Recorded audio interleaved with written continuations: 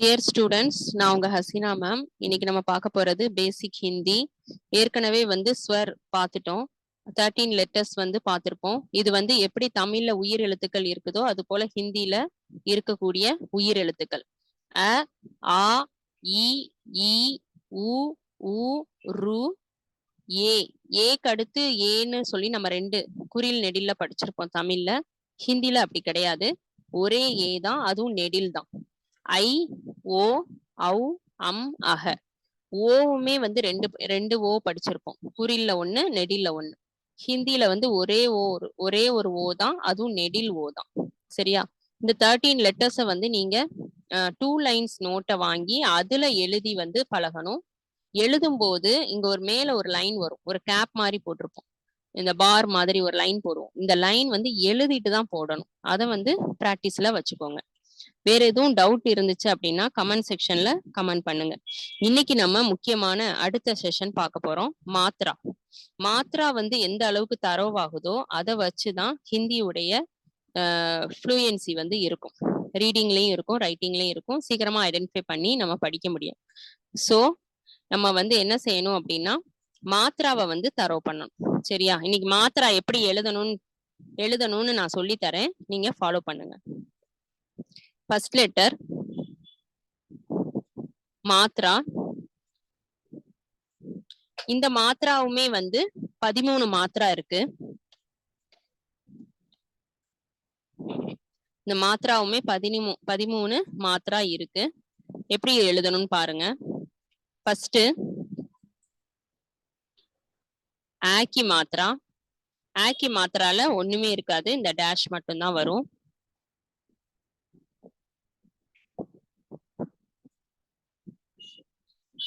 இது ஆக்கி மாத்ரா. ஆ மாத்ரா இந்த பார் போட்டு ஒரு 1. ஈ மாத்ரா.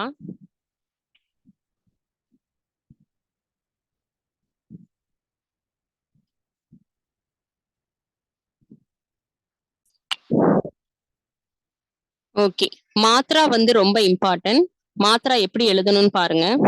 ஆக்கி மாத்ரா வெறும் ஒரு லைன் மட்டும். ஆக்கி மாத்ரா ஒரு லைனும் ஒரு கோடும். ஓகேவா? ஈக்கி மாத்ரா ஒரு லைன், அதுக்கப்புறம் இப்படி சுழிக்கணும். ஈக்கி மாத்ரா ஒரு லைன்,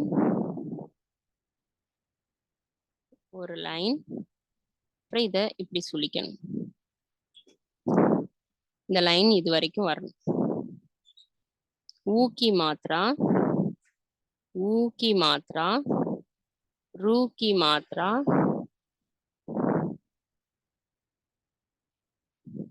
ரூக்கி மாத்ரா சி மாதிரி. அப்புறம் ஏக்கி மாத்ரா ஒரு லைன் போட்டுட்டு ஒரே ஒரு கொம்பு மாதிரி போட்டுறணும். ஏக்கி மாத்ரா. அடுத்து ஐக்கி மாத்ரா ஒரு லைன் போட்டுட்டு இந்த மாதிரி 2 கொம்பு. அதுக்கு அடுத்து ஓக்கி மாத்ரா லைன் போட்டு ஒரு 1,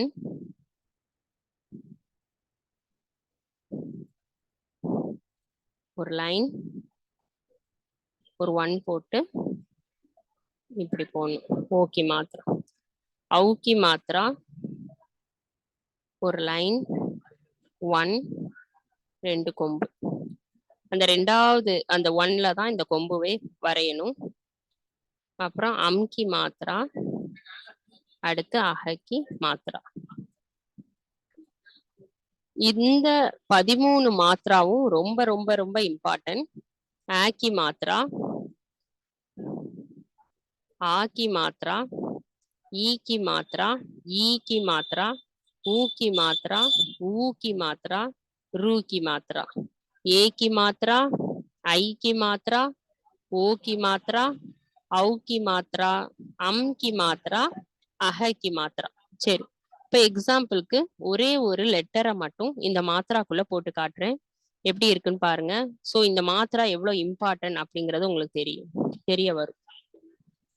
கேங்கிற லெட்டர். இந்த கேவை வந்து நான் என்ன செஞ்சிருக்கேன்னா இதுல போடுறேன் அப்படின்னா, அடுத்து நான் கேவை மட்டுமே போடுறேன். அடுத்து மாத்திரா பக்கத்துல வர்றதுனால அதோட சவுண்ட் வந்து என்ன ஆகும்னா மாறும். இது கா ஆயிரும், இது கீ ஆயிரும்,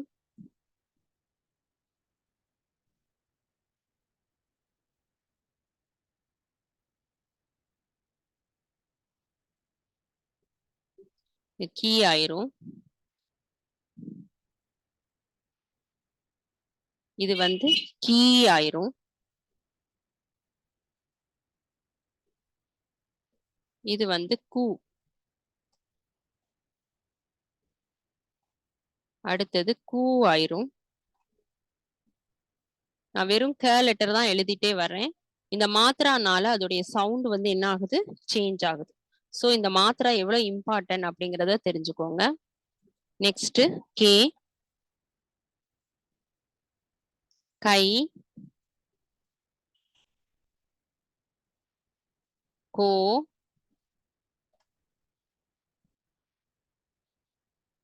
கௌ,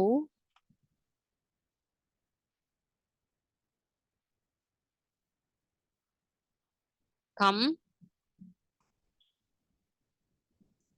கஹ.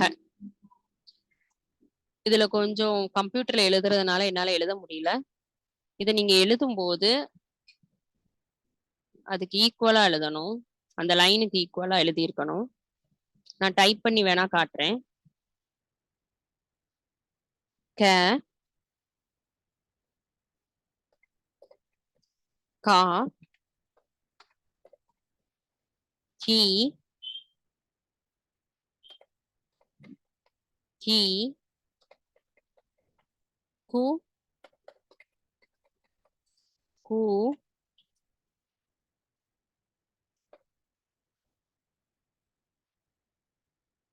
நெக்ஸ்ட் குரு,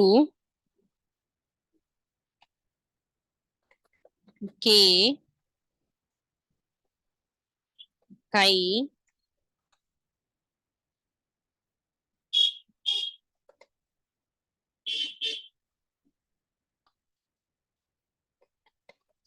கோ, கௌ,